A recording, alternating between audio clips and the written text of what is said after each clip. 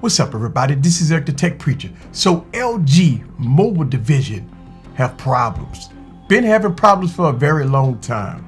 And on this YouTube channel, I've been addressing those problems in bits and pieces. Well, we've heard that possibly that the LG mobile division might be selling off to maybe a third-party company. Well, we knew this was coming. Let me give you my thoughts about this LG debacle. Sit back and relax and get your popcorn ready and follow me on this journey. Let's go.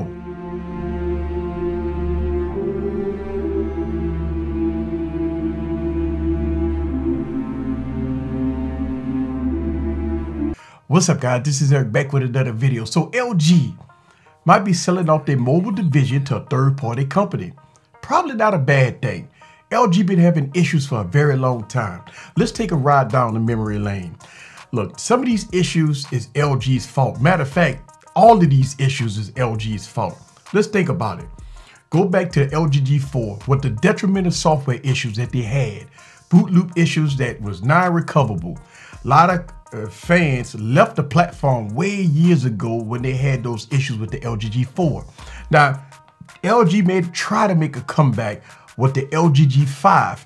It was a disaster, the mods, right? And they didn't even release any mods. I mean, they came out with a device that you can, pull out the bottom of the device, add battery, camera, and all kinds of different mods. The device suffered from hardware issues and everything else in between. A detrimental problem with that device. LG killed off that phone and left the fans wondering why. Why did I buy this device and all of a sudden you killed it off? So that was a detrimental issue. Let's go to the LG G6. LG G6 had good hardware, but the previous year specs. The Galaxy S8 just smoked that device. True and true all the way when that device came out. So the LG G6 had good hardware, nice software, and we all thought that that was a return of LG. The internet killed that device. Let's fast forward to the LG G7. Again, LG G7 was a great device. Hardware was good. They finally caught up with the specs. The biggest problem with the LG G7, and we're gonna talk about this. This is the theme of this video. Poor marketing, poor management. No marketing with that device. It was a wonderful phone, great hardware, quad DAC, 1440p display, awesome cameras, and everything in between. Let's go to the LG G8. LG G8 was a great device, good specs, good hardware, no marketing, and one of the most gimmicky features that I ever saw was this hand gesture stuff that this was just terrible. But it did have awesome cameras, great battery life, 1440p display, also with a quad DAC that was like no other. All right, let's fast forward to 2020. 2020, LG came out with the LG Wing, the LG V60, and the Velvet. This great devices, utterly frustrating, right? All right, that's the G series. Let's talk about the V series. And this is where all the confusion came in at. It came out with the LG V10, the LG V20. Great devices, great hardware, secondary display at the top was great. Then they came out the V30. Then they started getting a lot of, just confused. V35, V30. Don't know why LG did that. Obviously, I think the V35 was catered to another carrier with updated specs. It was a confused device. LG V40, LG G8. A lot of people got confused with that device. Which one was the flagship? Then the ultimate failure of LG is the LG V50. It was locked to Sprint, a company that was going downhill. We already knew that T-Mobile was about to buy Sprint out. Sprint was definitely a detrimental company that was going downhill. There's no way, no how I would have had exclusive device to Sprint. Then, not only that, but 6 months later, 6 or 7 months later, LG decided to release that device to Verizon Wireless. No unlocked version, just mind-blowing and mind-boggling to why they didn't want to sell that device. LG V50 to me is another catastrophe of a phone. Great hardware, great software, great cameras, everything in between. You couldn't get the phone. So we always was confused on which one was a flagship, the V series or the G series. Look, years ago, a lot of people used to argue me down, was telling me that the G series was always LG's flagship and the V series was just another flagship with updated specs. So a lot of people got confused. And look, here's the thing. People say, well, the V series was the flagship and the G series is not the flagship. And it was just vice versa. So people was battling of which was the flagship and which was the not the flagship. Because look, just to be honest, most people want to get the best of the best that the company have to offer. And at that point, LG, I don't know. It was confusion. And it brings me to the point of communication and marketing.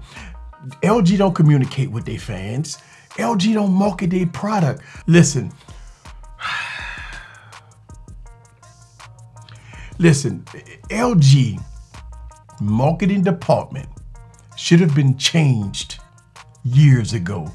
I don't understand how you gonna have great hardware, great specs, great cameras, and everything in between. One of the best devices out there, and nobody knows about it. And it's no marketing, no TV ads. I don't see anything out there. Not only that, but you bring in 3 devices in 2020, the LG Velvet, the LG V60, the LG Wing, got pen support and didn't even tell anybody. It has all kinds of unique features and you don't tell nobody. How can you run a company? How could you try to compete with the competition when you hold secrets back and you don't market your product? You don't give the fans information. You don't market the device to the full of its potential. So now when you $5, $6, $7 billion in the hole, now you want to make a change. These changes should have been made years ago. So a lot of content creators on YouTube still make a lot of videos about LG product because we know that the hardware, software, and everything in between is really good. The cameras, Pro Mode, and Quad DACs are top notch. The hardware, the beauty of the device has been very great. But only a few of us make videos about it. Listen, man, this is poor leadership coming from the top. This is poor marketing coming from the top. When did y'all realize that when you started losing all this money, where the pink slips, man? Like where did you draw the line and say, hey, we're losing billions of dollars every year in the mobile division. It's time to start giving out pink slips, baby. So that's where we at right now. Should you hold on to your LG phone? Look, LG phones are good. I'm just not gonna lie to you. The LG V60, LG Velvet, and the LG Wing is very good products. It's just right now it's not getting no support. I mean, we still on November security patches. And now we almost about to hit behind on security patches. I don't know, baby. I mean, it's one of those things that LG's just made some detrimental mistakes. From the G lineup to the V lineup, the confusion, no communication, no marketing, and everything else in between. They got good product. They're just some knuckleheads that's in the corporate office and the mobile division don't know what they're doing. I mean, you come out with product with pen support, dual displays, and everything else, and you don't tell people about it. You don't market your product.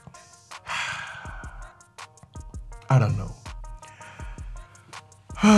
This is Eric the Tech Preacher from Easy Computer Solutions.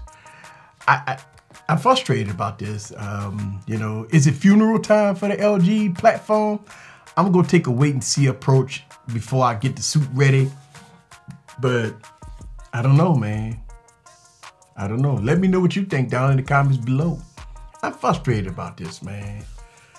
All this stuff is because of LG. We knew this was coming. We knew this was coming. This is Eric. See you guys on the next video. Peace.